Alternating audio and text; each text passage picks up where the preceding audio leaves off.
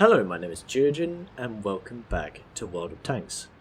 It's now time for you to take the stage, and this time we're following Kontos in his AMX 1390, a tier 8 French light tank, a very famous light tank in World of Tanks.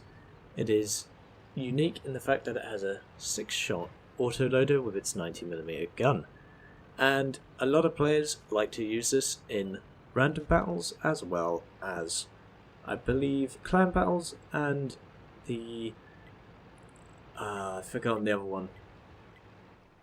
I think it's just called clan battles, but not taking place on the Clan Wars map. I forgot what it's called. It's called Strongholds. That's what it's called. Anyway, he has loaded a standard clip of AP, and we're on Prokhorovka, my favourite map, in the number 1 light tank position, located at E1. The team that spawns to the south here, to the north if you look at the map, has a very strong position if they can get their light tanks into these bushes. You're covered from the front, of course. You have side cover of multiple layers of concealment as well. I'm surprised Wargaming hasn't nerfed this position completely yet. I believe it has been nerfed partially in the past. Well, all maps have had a lot of bushes removed, to be honest. But anyway, these bushes persist. As you can see, he has got himself binoculars and camera net to enhance his static spotting. I say static spotting, it's called passive scouting. He is spotting a Jagdtiger, an SU-12244, as well as a 110. There's also another AMX 1390 who obviously has some decent cameraing of his own because he is not spotted at this current moment. He's probably not moving and not firing the gun either. He decides to reload a clip of APCR ammo, and I carry an 18-18 split as well, which is 3 clips of AP and 3 clips of APCR. The APCR on this tank has a very good penetration indeed. I think it's 248. I was going to say 243, but 248 is even better. It's very, very good penetration indeed. That's tier 9, tier 10 standards on a lot of the tank destroyers, and well, tier 8 standards for tank destroyers, but it's a very high penetration regardless. However, as it is APCR, it does cost a lot to run. But the standard rounds have 170 penetration, which is okay for the side and rear. The front of any enemy that you encounter is not really too worried about receiving 170 millimeters of penetration in the form of these 90mm rounds. I say any enemy from the front that you encounter. Of course, light tanks from the front, you're going to penetrate quite well with the standard rounds. A lot of French tanks you're going to penetrate quite standard. Well, that's a typical thing you see with a lot of French vehicles. They have very poor armour at the higher tiers. The auto-loading heavy tanks and the auto-loading mediums especially, and the more recent AMX 30 prototype and 30B. They all have very poor armour. But if you're encountering E75s, E100s, say, from the front, you're not going to do too much. He's found the 2 artillery, and he's also highlighting the poor accuracy of the weapon. He misses his first shot, but now as he's slowed down a bit, he manages to get into both of these artillery and just mobs them up. He's done 720 damage of his own, but has secured 2 kills and an undisclosed amount of spotting damage. You have to remember, he was in that position for a long time, lighting enemies up for his T-44, LTTB and Ramatar Borsig, along with any other allies that were with them. Still reloading another APCR clip. Technically this is unnecessary for the side of a Tiger P, but the Tiger P goes down before he can reload the clip. It's around 40 seconds, I think. Or is it 35? Close enough.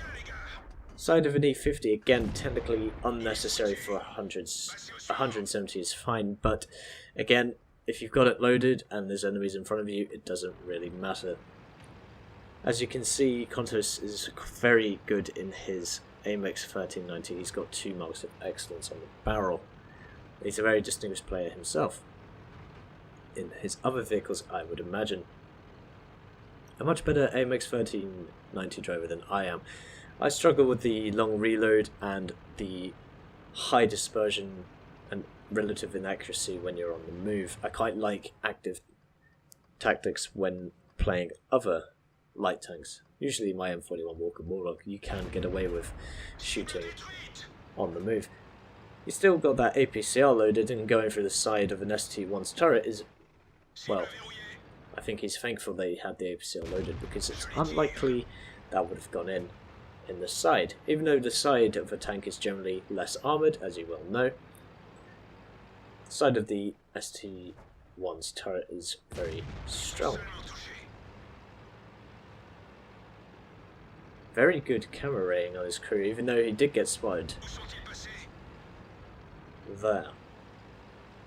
And obviously having a very good camera crew helps you do missions such as LT-15.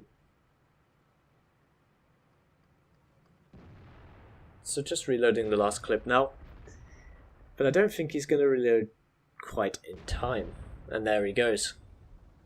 So, AMX 1390, predictions on how much spotting damage he did? I'll give you a few seconds to think.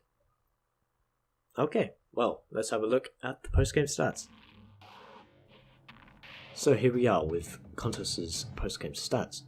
And Mastery, Ace Tanker, Spotter, Fighter, Fire for Effect, almost 50,000 credits, 1743 experience on a standard account, and no ×2 first win a day, so you can see that he did exceptionally well. He destroyed 4 enemies of his own, did a lot of spotting assistance damage. As you can see, all of these vehicles he did assistance damage on via spotting, and he spotted these vehicles as well. Let's take a look at the team score. He came top on base experience of 1743. That is a very high base experience for a light tank. I know this was a tier 9 game, but still that is an exceptional amount of base experience. I've never seen that on my own screen. I know this is something that a minority of light tank players get because there is an art to it, and you can see that Kontos did very well in said art.